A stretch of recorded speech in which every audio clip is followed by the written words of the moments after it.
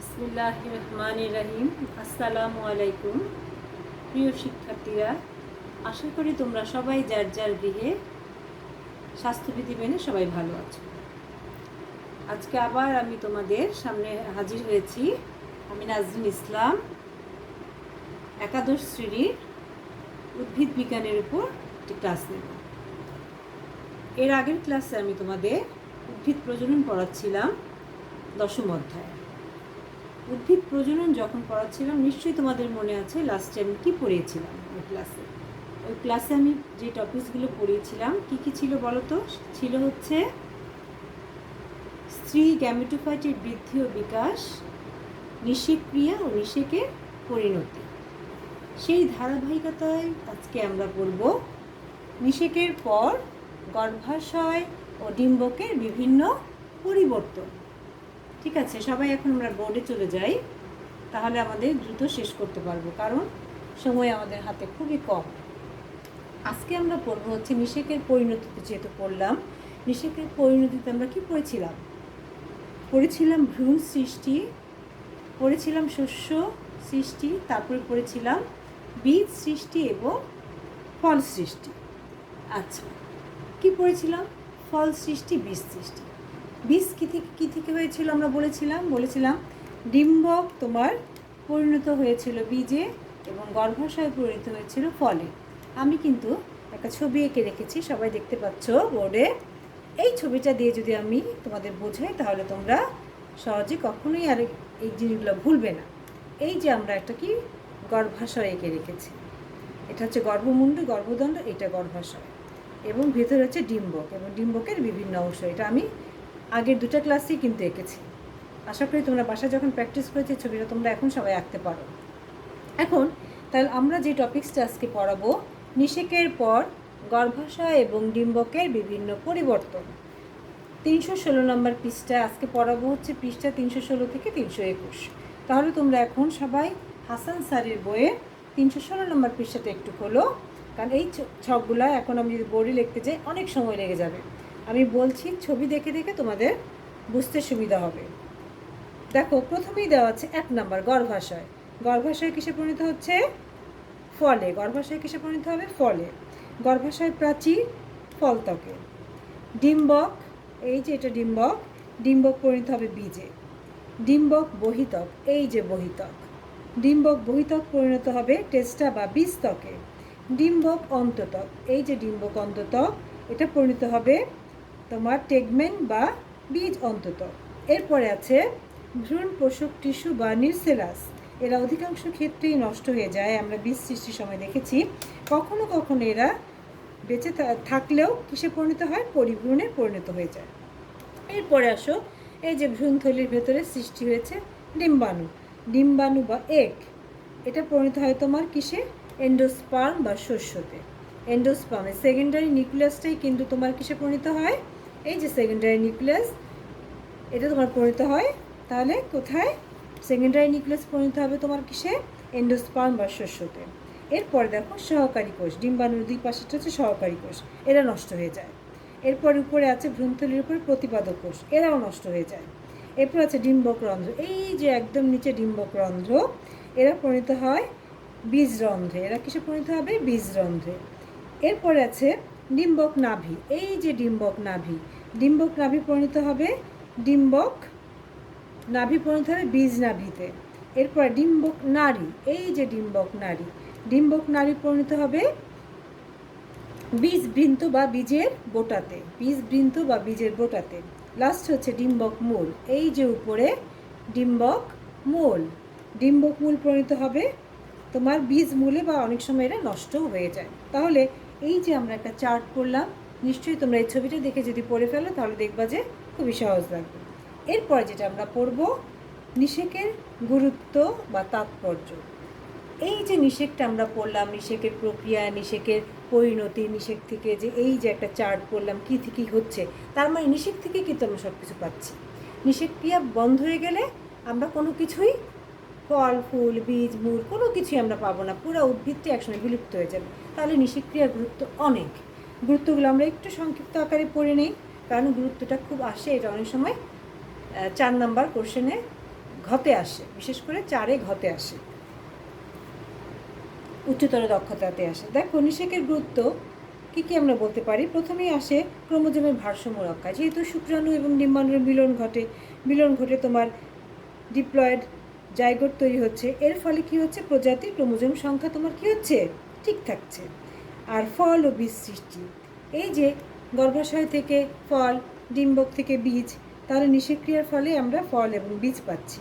বিবর্তনের কিন্তু নিষেকের গুরুত্ব অপরিসীম। তারপরে অধিক ফলনশীল এবং সহনশীল ফসল উৎপাদনেও এই নিষেক্রিয়া গুরুত্বপূর্ণ ভূমিকা পালন করে থাকে। উদ্ভিদের বংশ রক্ষা, তার মানে নিষেকের ফলে আমরা বীজ এবং যেহেতু ফল পাচ্ছি, তার মানে এই বীজের মাধ্যমে কি হচ্ছে, উদ্ভিদের বংশ রক্ষা হচ্ছে। তার মানে বীজ যদি না থাকতো অধিকাংশই আবৃত বা সপুষ্পক উদ্ভিদ কী হতো, একসময় বিলুপ্ত হয়ে যেত নিষেক্রিয়া না থাকলে। এরপরে আসো খাদ্যের যোগান। উদ্ভিদের ফল ও বীজের উপরই কিন্তু প্রাণীকুল, বিশেষ করে মানব জাতি নির্ভরশীল। নিষেক্রিয়া যদি বন্ধ হয়ে যেত, বিশেষ করে নিষেক্রিয়া যদি বন্ধ হতো, যতটা তোমার উদ্ভিদের জন্য ক্ষতিকর হতো তার চেয়ে বেশি ক্ষতিকর কার জন্য, মানব জাতির জন্য। কারণ আমরা যে আম, জাম, কলা, লিচু, পেঁপে, কাঁঠাল, ভুট্টা, ধান, গম, জব যাই খেয়ে থাকছি, সবই কোথায় থেকে পাচ্ছি, নিষেক্রিয়ার ফলে পেয়ে থাকছি। তার মানে নিষেকের গুরুত্ব অপরিসীম, বিশেষ করে মানব জাতির জন্য। লাস্ট আমরা বলতে পারি জেনেটিক ডাইভার্সিটি সৃষ্টিতেও নিষেক্রিয়ার গুরুত্ব অপরিসীম। কীভাবে এরা আমাদের সহায়তা করছে? যৌন প্রজননে নিষেক্রিয়ার জিনের মিশ্রণের ঘটে। কি হচ্ছে? যৌন প্রজননে নিষেক্রিয়ার জিনের মিশ্রণ ঘটে, এর ফলে জেনেটিক ডাইভার্সিটি সৃষ্টি হয়। এটাও আমাদের কি প্রকৃতিতে উদ্ভিদ বা মানবজাতির জন্য খুবই একটা গুরুত্বপূর্ণ বৈশিষ্ট্য। তার মানে নিষেকের গুরুত্ব যে কতটা, সেটা আমরা অনুধাবন করতে পারছি। এখন আমরা লাস্ট যেটা পড়ব সেটা হচ্ছে এই যে আমরা যৌন জনন, কিন্তু আমি লাস্ট পর্যায়ে চলে আসছি। তাহলে যৌন জননের সুফলটা একটু আমরা জেনে নেই।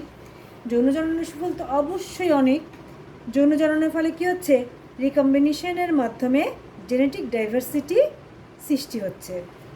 জেনেটিক ডাইভার্সিটির কারণে উদ্ভিদের নতুন এবং পরিবর্তিত পরিবেশে খাপ খাইয়ে নিতে সুবিধা হচ্ছে, নতুন প্রকরণ সৃষ্টি করতে পারছে। নতুন প্রকরণ সৃষ্টি হচ্ছে বলেই কিন্তু আমরা এত কি পাচ্ছি, অধিক সহনশীল এবং অধিক ফলনশীল উদ্ভিদ পাচ্ছি। আমাদের খাদ্যদানা, তৈলবীজ ইত্যাদির মাধ্যমেও কিন্তু আমরা পাচ্ছি কার মাধ্যমে? যৌন জননের মাধ্যমে। লাস্ট আমরা বলতে পারি কি, এই যৌন জননের মাধ্যমে কিন্তু উদ্ভিদ প্রজননটা কি হচ্ছে, সুন্দরভাবে ধারাবাহিকভাবে তার বংশবৃদ্ধিটাকে সম্পূর্ণ করতে পারছে। তাহলে আমাদের 1 নাম্বার, আমরা আগেই বলেছিলাম প্রজননের কয়টা ভাগ, 3টা ভাগ। অযৌন প্রজনন 2 নাম্বার, তাহলে যৌন প্রজনন শেষ হয়ে গেল। এখন 2 নাম্বারটা আমরা করবো হচ্ছে অযৌন জনন। তাহলে যৌন প্রজনন কিন্তু আমাদের মোটামুটি শেষ হয়ে গেল। তাহলে যৌন প্রজননে কিন্তু আমরা অনেকগুলো কোশ্চেন পড়ছি, সেটা আমি লাস্ট আবার চ্যাপ্টার শেষ হলে আবার একটু আলোচনা করে দেবো। এখন আমরা 2 নাম্বার অযৌন প্রজনন আলোচনা করব। তাহলে অযৌন প্রজনন কি? যৌন প্রজননে দেখলাম যে আমরা পুং গ্যামেট এবং স্ত্রী গ্যামেটের মাধ্যমে নিষেকের ফলে জাইগোট থেকে ভ্রূণ, এটাই মূলত যৌন জনন। আর তাহলে অযৌন জনন কি? একদমই তার উল্টো হবে। এখানে পুং গ্যামেট এবং স্ত্রী গ্যামেটের মিলন ছাড়াই কি হবে, যে প্রজনন ঘটবে তাকে অযৌন প্রজনন বলে। নিম্ন শ্রেণীর উদ্ভিদে অযৌন স্পোর সৃষ্টির মাধ্যমে অযৌন প্রজনন হয়ে থাকে। আর আবৃতবীজী উদ্ভিদে সাধারণত দেহ অঙ্গের মাধ্যমে অযৌন প্রজনন হয়ে থাকে।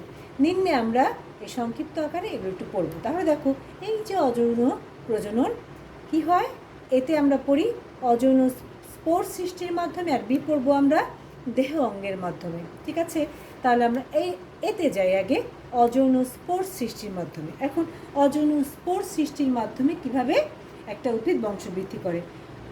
অধিকাংশ নিম্ন শ্রেণীর উদ্ভিদগুলো কি করে? স্পোর বা রেণুর মাধ্যমে বংশবৃদ্ধি করে। কিভাবে করে? স্পোরগুলো কি করে, যখনই এরা অঙ্কুরিত হয়ে তোমার অনুকূল পরিবেশে মাটিতে পড়ে, তখনই এদের মধ্যে কি হয়, মাইটোসিস বিভাজন ঘটে এবং একটা নতুন উদ্ভিদের জন্ম নেয়। এভাবে অযৌন স্পোরের মাধ্যমে বংশবৃদ্ধি করে। তবে বিশেষ করে শৈবাল, ছত্রাক, মস, ফার্ন এদেরই কিন্তু অযৌন স্পোর তৈরি হয়ে থাকে। এখন এগুলোর মধ্যে কিন্তু ডিফারেন্ট থাকে। কী কী ডিফারেন্ট হতে পারে?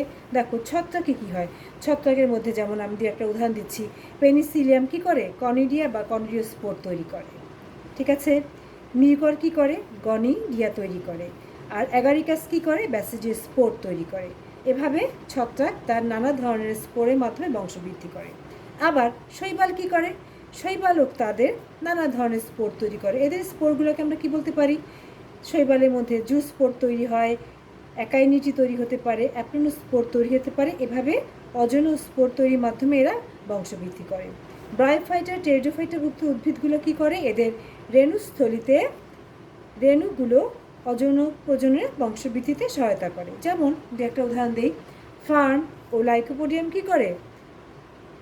সম আকৃতির স্পোর তৈরি করে, এর জন্য এদেরকে হোমোস্পোরাস বলা হয়। আবার সিলাজেনেলা, মার্সেলিয়া এরা কী করে? অসম প্রকৃতির স্পোর তৈরি করে, এর জন্য এদেরকে বলা হয় হেটারোস্পোর। তাহলে আমাদের অযৌন স্পোর সৃষ্টির মাধ্যমে কিভাবে নিম্নশ্রেণীর উদ্ভিদ বংশবৃদ্ধি করে এটা আমরা জানলাম। এখন আমরা পড়ব যে দেহ অঙ্গের মাধ্যমে।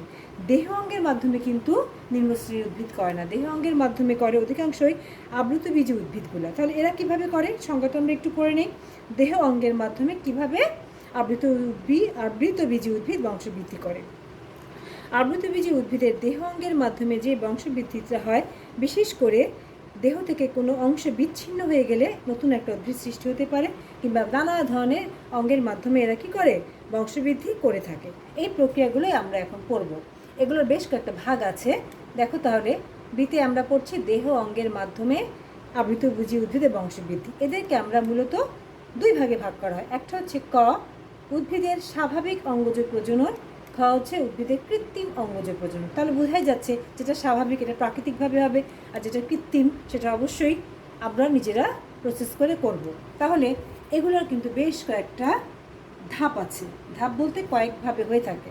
এগুলোর বেশ কয়েকটা চিত্র আছে। যেহেতু তোমার উদ্ভিদের স্বাভাবিক অঙ্গজ প্রজননের 7টা চিত্র, উদ্ভিদের কৃত্রিম অঙ্গজ প্রজননের 5টা ভাগ, 5টা চিত্রের ছবিগুলো আমি আঁকবো না, এগুলো আমি পৃষ্ঠা নাম্বার বলতেছি, তোমরা সেই পৃষ্ঠাগুলোতে যাও, আমি তোমাদের বুঝিয়ে দিচ্ছি। দেখো কতে আছে উদ্ভিদের স্বাভাবিক অঙ্গজ প্রজনন, এটা প্রাকৃতিকভাবে ঘটবে। সবাই 318 নম্বর পৃষ্ঠা যাও। প্রথমেই দেওয়া আছে মূল দ্বারা। মিষ্টি আলু, ডালিয়া, শতমূলী, কাঁকরোল, পটল প্রভৃতি উদ্ভিদ মূল থেকে নতুন গাছের সৃষ্টি করে। জমিতে এদের মূল লাগালে কি হয়ে যায়? নতুন একটা উদ্ভিদ জন্মাবে। এই গেল এক। 2 নম্বরে আসো কাণ্ড দ্বারা। 2 নম্বর কাণ্ড দ্বারা। কাণ্ড দ্বারা কি? গোল আলু, আদা, পেঁয়াজ, ওলকচু প্রভৃতি উদ্ভিদ কাণ্ড থেকে কি করে? নতুন উদ্ভিদের জন্ম দেয়। যেমন আরেকটা হয় হচ্ছে কলা, পুদিনা, আনারস, বাঁশ এগুলো শাখার থেকে নতুন একটা উদ্ভিদের জন্ম হয়। তাহলে কাণ্ড দ্বারা শেষ হয়ে গেল। এখন আসো পাতার মাধ্যমে। পাথরকুচি পাতা মাটিতে ফেলে রাখলে কি হয়? অনুকূল পরিবেশে পাতার 4 সাইড থেকে কি হয়? নতুন গাছের সৃষ্টি হয়। আচ্ছা, 4 নম্বর হচ্ছে বুলবিল বা কক্ষমুকুল। বুলবিল বা কক্ষমুকুল এরা কি কোনো কোনো উদ্ভিদের পরিবর্তিত কক্ষমুকুল তথা বুলবিল দ্বারা বংশবৃদ্ধি ঘটে। যেমন চুপড়ি আলু। তাহলে বুলবিলের উদাহরণ আমরা কি বলতে পারি? চুপড়ি আলু। 5 নম্বর হচ্ছে অর্ধবায়বীয় কাণ্ড দ্বারা। অর্ধবায়বীয় কাণ্ড দ্বারা কীভাবে বংশবৃদ্ধি করে? কচু জাতীয় উদ্ভিদ অর্ধবায়বীয় কাণ্ড দ্বারা কি করে? বংশবৃদ্ধি করে থাকে। আচ্ছা, 6 নম্বর হচ্ছে মুকুলোদ্গম বা বাডিং। ইস নামক এককোষী ছত্রাকের কী করে? মাতৃকোষ থেকে এক বা একাধিক মুকুল সৃষ্টি হয়। মুকুলগুলো মাতৃকোষ থেকে বিচ্ছিন্ন হয়ে কি করে? নতুন একটা স্টের জন্ম দেয়। 7 নম্বর হচ্ছে পর্ণকাণ্ড। পর্ণকাণ্ড কি? ফণিমনসা পর্ণকাণ্ড থেকে নতুন গাছ সৃষ্টি করে। তাহলে এই যে মূল দ্বারা, কাণ্ড দ্বারা, পাতার মাধ্যমে, বুলবিল, অর্ধবায়বীয় কাণ্ড, মুকুলোদ্গম, পর্ণকাণ্ড এগুলো খুবই সহজ, তোমরা সুন্দর করে উদাহরণসহ পড়ে ফেলবে। এরপরে আছে খ। খ হচ্ছে উদ্ভিদের কৃত্রিম অঙ্গজ প্রজনন। এটা কিন্তু কৃত্রিমভাবে আমরা আমাদের সুবিধা মতো করবো। এটা অনেক সময় শাখা কলমও বলা হয়। কলম পদ্ধতি, যাকে বলা হয় কলম পদ্ধতি। কৃত্রিম অঙ্গ প্রজননের আরেকটা নাম হচ্ছে কলম পদ্ধতি। এখন দেখো এটারও 5টা ভাবে করা হয়। 1 নম্বর হচ্ছে শাখা কলম বা কাটিং। এটা কি বোঝায় শাখা কলম বা কাটিং? কাটিং বলতে হচ্ছে কাটা বা ভেঙে ফেলা। তাহলে কি করতে পারি আমরা?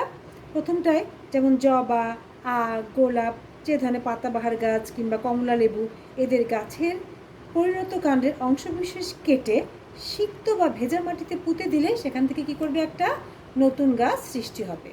2 নম্বর হচ্ছে দাবা কলম। দাবা কলমটা কি? জুঁই, লেবু প্রভৃতি গাছের দেখবা যে অনেক সময় একটা গাছের কাণ্ড, এই বিশেষ করে জুঁই এবং লেবু গাছের কাণ্ডগুলো কি হয়, অনেক সময় মাটিতে এরকম করে নুয়ে পড়ে। মাটিতে ডালটা এরকম থাকে, ডালটা কী করে মাটিতে এরকম নুয়ে পড়ে। নুয়ে পড়লে এই ডালটা কী করব আমরা মাটির ভেতরে একটু ঢুকিয়ে দিব, কিংবা যদি আমরা ইচ্ছা করি এই ডালটা ছালটা কিংবা বাকলটা ফেলে মাটিতে আটকে দেই, দেখা যাবে কয়েকদিনের ভেতরে এখান থেকে কি হয়েছে, অস্থানিক মূল বা মূল বের হয়, ছোটো ছোটো মূল বের হয়। তখন এই অংশটা কেটে যদি আমরা সিক্ত বা ভেজা মাটিতে লাগিয়ে দিই, তখনই কিন্তু এখান থেকে আবার একটা নতুন উদ্ভিদের সৃষ্টি হয়। এই হচ্ছে দাবা কলম গেল। জোড়া কলম কি? জোড়া কলমটা হচ্ছে, ধরো একটা গাছ, আমি মনে করছি যে একটা গাছে খুব ভালো ফুল ফল দিচ্ছে, এরকম একটা গাছ নিব আমি, সেই গাছ থেকে একটা ডাল নিয়ে নিলাম, এই ডালটা আমি নিলাম, ঠিক আছে। এই ডালটার নাম হচ্ছে, এই ডাল সহ গাছটাকে আমরা বলবো হচ্ছে সাইয়ন। কি বলবো? সাইয়ন। এখন এই ডালটা কেটে আমি কী করবো? ফেলে রাখবো না, আমরা টপ সহ আরেকটা গাছ নিব। কী সহ? টপ সহ আরেকটা গাছ নিব। এই গাছটাকে বলা হয় স্টক। কি বলা হয়? স্টক। এখন এই যে আমি যে গাছটার ডালটা কাটলাম ফুল ফল সহ, যেটাকে মনে হয়েছে ভালো ফুল ফল দিবে, এই যে ডাল কাটা অংশটা কী করবো আমি এই স্টকের মধ্যে লাগিয়ে দিব। লাগিয়ে দিয়ে আমি কি করব?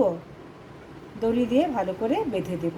দেখা যাবে কিছুদিনের মধ্যেই এখান থেকে মূল গজাচ্ছে এবং একটা, বিশেষ করে এই স্টকটা কী করে রেখে মাটি থেকে পানি, খনিজ লবণ নিয়ে এই গাছকে সরবরাহ করবে এবং দেখা যায় কিছুদিনের মধ্যে এখান থেকে অস্থানিক মূল বের হবে এবং এই মূল সহ গাছটিকে যখন আমরা মাটিতে লাগিয়ে দিব তখন কি করব? নতুন একটা গাছ পেয়ে যাব। আচ্ছা, এরপরে হচ্ছে গুটি কলম। এরপরে হচ্ছে 4 নাম্বার গুটি কলম। গুটি কলম হচ্ছে এখানে একটা বড় গাছ নেওয়া হয়। গুটি কলমে কী করা হয়?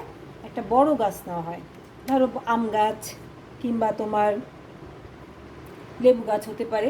আম গাছে একটা ভালো একটা ডাল আমাদের সিলেক্ট করতে হবে। ওই ডালটার মধ্যে কি করব আমি, এই অংশ থেকে আমি কি করব, ছালগুলো বা বাকল খুলে ফেলবো। খুলে এখানে আমি গোবর এবং খড় দিয়ে ভালো করে পেঁচিয়ে দেবো। এরপর উপরের ডালে আমি এমন একটা হাঁড়ি রাখবো যেখান থেকে ফোঁটা ফোঁটা পানি এখানে পড়বে, যাতে এই খড় এবং গোবর সহ মাটি শুকিয়ে না যায়। দেখা যাবে কিছুদিনের মধ্যে কী হবে, সেখান থেকে অস্থানিক মূল গজাবে এবং মূল সহ শাখাটি বিচ্ছিন্ন করে আমি মাটিতে লাগিয়ে দিলে কী হবে, সেখান থেকে নতুন একটা গাছের সৃষ্টি হবে। এরপরে আসো চোখ কলম বা কুড়ি। এটাতেও কিন্তু তোমার সাইয়ন লাগে এবং স্টক লাগে। সাইয়নটা হচ্ছে আলাদা একটা গাছ, যেখানে আমি দেখব যে গাছটাতে ভালো ফুল ফল দিবে এরকম একটা গাছ সিলেক্ট করব, আর আরেকটা গাছ নিব হচ্ছে স্টক। এখন এটা আমি কিভাবে করব? প্রথমেই আমি যেই গাছটাকে আমি সাইয়ন হিসেবে বেছে নিব, তার মানে যেখান থেকে আমি ডালটা কেটে নিব, সেখান আমি প্রথমেই কি করব, এই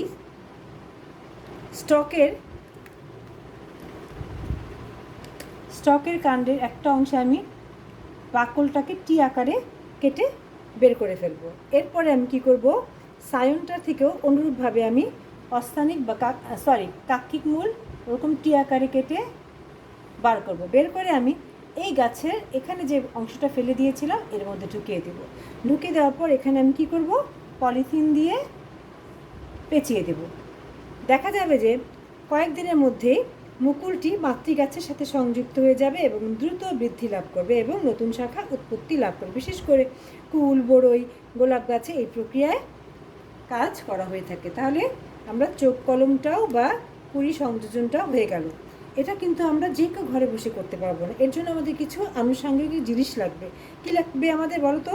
ইচ্ছা করলেই কি আমরা ডাল ভেঙে ফেললে হয়ে যাবে? না, এর জন্য কিছু প্রসেস আছে। প্রসেসটা কি? আমাদের কৃত্রিম প্রজননটা সার্থকভাবে করতে হলে আমাদের নিজের কিছু অভিজ্ঞতা থাকতে হবে। তার মানে আমাদের জানতে হবে, লাগবে অভিজ্ঞতা, লাগবে আমাদের কি প্রয়োজনীয় যন্ত্রপাতি, লাগবে কিছু রাসায়নিক পদার্থ এবং আর কি মম।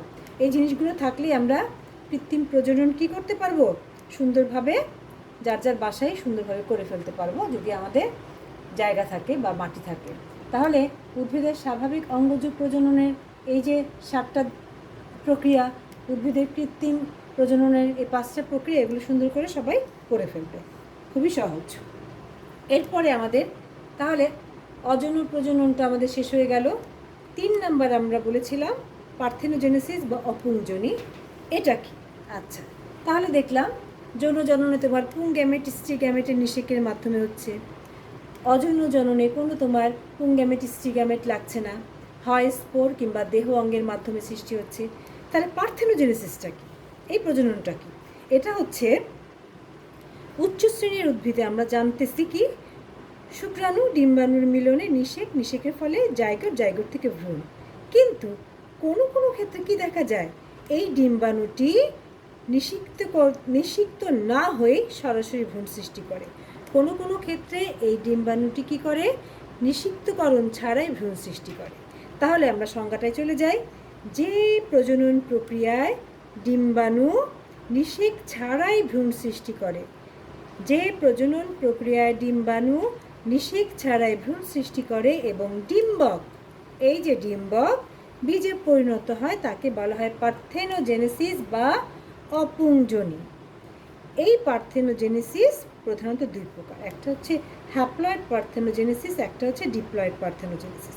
এখন আসে হ্যাপ্লয়েড পার্থেনোজেনেসিস। আমরা একটু আগে ক্লাসেই দেখেছি, কি দেখেছিলাম, মায়োসিসের মাধ্যমেই তৈরি হয়েছিল কি এই যে ডিম্বাণু। এখন তাহলে হ্যাপ্লয়েড পার্থেনোজেনেসিসটা কি? হ্যাপ্লয়েড পার্থেনোজেনেসিস সংজ্ঞাটা একটু সবাই খেয়াল করো।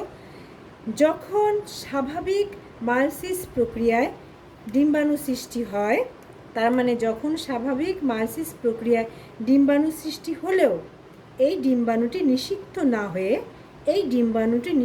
না হয়ে সরাসরি ভ্রূণ সৃষ্টি করে, তখন তাকে বলা হয় হ্যাপ্লয়েড পার্থেনোজেনেসিস। আমরা কি বুঝতে পারলাম? ডিম্বাণুটি নিষিক্ত না হয়ে সরাসরি তোমার ভ্রূণ সৃষ্টি করবে, তখন তাকে বলা হয় হ্যাপ্লয়েড পার্থেনোজেনেসিস। ওকে। 2 নাম্বার হচ্ছে ডিপ্লয়েড পার্থেনোজেনেসিস। আমরা জানি হ্যাপ্লয়েড পার্থেনোজেনেসিস পেতে গেলে আমাদের কি লাগতেছে, মাইটোসিস স্বাভাবিকভাবে। আর ডিপ্লয়েড পেতে গেলে তাহলে মায়োসিস হবে না, ডিপ্লয়েড মানেই তো মাইটোসিস। তার মানে এখানে আমাদের কখনোই মায়োসিস ঘটবে না। তাহলে সংজ্ঞাটা আমরা কীভাবে বলতে পারি? যখন স্বাভাবিক মায়োসিস প্রক্রিয়ার বদলে মাইটোসিস প্রক্রিয়ায় ডিম্বাণু সৃষ্টি হয় এবং পরে ভ্রূণে পরিণত হয়, তখন তাকে বলা হয় ডিপ্লয়েড পার্থেনোজেনেসিস। তাহলে আমরা হ্যাপ্লয়েড পার্থেনোজেনেসিসও জানলাম, ডিপ্লয়েড পার্থেনোজেনেসিসও জানলাম।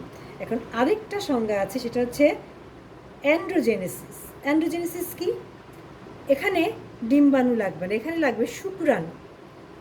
তাহলে শুক্রাণু দেখো, নিকোটিয়ানা ট্যাবেকাম, এটা হচ্ছে তামাকের বৈজ্ঞানিক নাম। নিকোটিয়ানা ট্যাবেকাম নামক তামাক উদ্ভিদে অনিষিক্ত শুক্রাণু থেকে ভ্রূণ সৃষ্টি হয়। তাহলে তামাক গাছে কি হয়, অনিষিক্ত শুক্রাণু থেকে ভ্রূণ সৃষ্টি হয়। তাহলে নিষেকক্রিয়া ছাড়া শুক্রাণু থেকে ভ্রূণ সৃষ্টির প্রক্রিয়াকে বলা হয় অ্যান্ড্রোজেনেসিস। আমি আবার বলছি, নিষেকক্রিয়া ছাড়া শুক্রাণু থেকে ভ্রূণ সৃষ্টির প্রক্রিয়াকে বলা হয় অ্যান্ড্রোজেনেসিস। আরেকটা সংজ্ঞা রয়ে গেছে, সেটা হচ্ছে পার্থেনোকার্পি। পার্থেনোকার্পি কাকে বলা হয়? হরমোন প্রয়োগে বীজহীন ফল উৎপাদন প্রক্রিয়াকে। হরমোনটা প্রয়োগ করতে হবে কৃত্রিমভাবে, হরমোন প্রয়োগ করে বীজহীন ফল উৎপাদন প্রক্রিয়াকে বলা হয় পার্থেনোকার্পিক। যেমন লেবু, কমলা লেবু, এখন অনেক সময় তরমুজ অনেক দেশে করা হচ্ছে, দেখবা যে এইসব ফলে কি হচ্ছে না, এখন বীজ থাকে না। লেবু, কমলা লেবু, তরমুজে এখন বীজ ছাড়াই আমরা এই ফলগুলো পাই। কোন প্রক্রিয়ায়? পার্থেনোকার্পিক প্রক্রিয়া। তাহলে প্রক্রিয়াটাকে সংজ্ঞাটা কি? হরমোন প্রয়োগে বীজহীন ফল উৎপাদন প্রক্রিয়াকে কি বলা হয়? পার্থেনোকার্পিক প্রক্রিয়া বলা হয়। লাস্ট যে আমরা পড়ব সেটা হচ্ছে কৃত্রিম পার্থেনোজেনেসিস। তার মানে এটা আমরা এই যে উদ্ভিদের কৃত্রিম অঙ্গজ প্রজনন আমরা করেছিলাম, অনেকটা এই ধরনের আমরা নিজেরা করব। তাহলে কৃত্রিম পার্থেনোজেনেসিসটা কি? কৃত্রিম পার্থেনোজেনেসিসটা হচ্ছে, এটাও তো অবশ্যই নিষেক ছাড়াই ঘটবে। তাহলে আমরা সংজ্ঞাটা কীভাবে বলতে পারি? বাহ্যিক আবেশের মাধ্যমে কৃত্রিমভাবে বহু উদ্ভিদে কৃত্রিম পার্থেনোজেনেসিস ঘটানো সম্ভব হয়েছে। যেমন পুংগ্যামেট সৃষ্টিতে যে উদ্দীপনা সৃষ্টি করে, পুংগ্যামেট, আমি আবার বলছি, পুংগ্যামেট ডিম্বাণুতে, এই যে পুংগ্যামেট ডিম্বাণুতে যে উদ্দীপনা সৃষ্টি করে, পুংগ্যামেট ডিম্বাণুতে যে উদ্দীপনা সৃষ্টি করে, এইরূপ উদ্দীপনা সৃষ্টিকারী পদার্থ প্রয়োগ করে নিষেক ছাড়াই ডিম্বাণু সৃষ্টির প্রক্রিয়াকে বলা হয় কৃত্রিম পার্থেনোজেনেসিস। এর জন্য কি লাগতে পারে? এক্স রে প্রয়োগ করে আমরা পারি, ইমাস্কুলেশনের পর পরাগায়ন বিলম্বিত করে, তারপরে ভেলভিটান জাতীয় রাসায়নিক পদার্থ প্রয়োগ করে আমরা কৃত্রিম পার্থেনোজেনেসিস ঘটাতে পারি। তবে উদ্ভিদ জীবনে একটা জিনিস মনে রাখবা, অযৌন প্রজনন বা যৌন প্রজননের মতো পার্থেনোজেনেসিসের গুরুত্বটা অত নেই। এরপরে আমরা এই ধারাবাহিকতার অবলম্বনেই বেশ কয়েকটা সংজ্ঞা পড়ব। অ্যাপোস্পোরি কি, অ্যাডভেন্টেটিভ এমব্রায়োনি, অ্যাপোগ্যামি, অ্যাগামোস্পার্মি, সিউডোগ্যামি কি। এই ছবিটা সবাই একটু খেয়াল করবো, আমি দ্রুত পড়ায় যাব, সময় খুব কম। অ্যাপোস্পোরি কি? অ্যাপোস্পোরি হচ্ছে ডিম্বকের, এই যে ডিম্বক, খেয়াল করো, ডিম্বকের যে কোনো দেহকোষ থেকে ডিপ্লয়েড ভ্রূণথলি সৃষ্টি হতে পারে। এই যে ডিম্বকের দেহকোষ বলতে আমরা কি বোঝাতে পারি? ডিম্বক ত্বক, তারপর নিউসেলাস, এগুলো কি বলা হয়? দেহকোষ বলা হয়। তাহলে ভ্রূণপোষক টিস্যু বা নিউসেলাস বা ডিম্বক ত্বক, এখানে যা আছে সবই কিন্তু এগুলো দেহত্বক, শুধু তোমার ভ্রূণথলির ভেতরে যা আছে এগুলো বাদ দিয়ে। তাহলে ডিম্বকের যে কোনো দেহকোষ থেকে, যেমন ডিম্বক ত্বক, নিউসেলাস প্রভৃতি থেকে ডিপ্লয়েড ভ্রূণথলি সৃষ্টি হতে পারে। ডিম্বকের দেহকোষ থেকে সৃষ্ট ডিপ্লয়েড ডিম্বাণুটি হতে নিষেক ছাড়াই ভ্রূণ সৃষ্টির প্রক্রিয়াকে বলা হয় অ্যাপোস্পোরি। আমি আবার বলতেছি, ডিম্বকের দেহকোষ থেকে সৃষ্ট ডিপ্লয়েড ডিম্বাণু হতে নিষেক ছাড়াই ভ্রূণ সৃষ্টির প্রক্রিয়াকে বলা হয় অ্যাপোস্পোরি। 2 নম্বর হচ্ছে অ্যাডভেন্টেটিভ এমব্রায়োনি। আগের সংজ্ঞার আলোকেই বলতেছি, ডিম্বক ত্বক, নিউসেলাসের যে কোনো কোষ থেকে এই যে ভ্রূণথলি, এই ভ্রূণথলি ছাড়াই ভ্রূণ সৃষ্টির প্রক্রিয়াকে বলা হয় অ্যাডভেন্টেটিভ এমব্রায়োনি। 3 নম্বর হচ্ছে অ্যাপোগ্যামি। অ্যাপোগ্যামি কি? অ্যাপোগ্যামি হচ্ছে ডিম্বাণু ছাড়া, এই যে দেখাল করো, ডিম্বাণু ছাড়া ভ্রূণথলির যে কোনো কোষ, ডিম্বাণু ছাড়া ভ্রূণথলির যে কোনো কোষ, যেমন কি সহকারী কোষ, প্রতিপাদক কোষ থেকে ভ্রূণ সৃষ্টির প্রক্রিয়াকে বলা হয় অ্যাপোগ্যামি। আচ্ছা, এরপর দেখো এই 3টার আলোকে কি কি পার্থেনোজেনেসিস আগে পড়লাম, এই যে পার্থেনোজেনেসিস, তারপর তোমার অ্যাপোস্পোরি,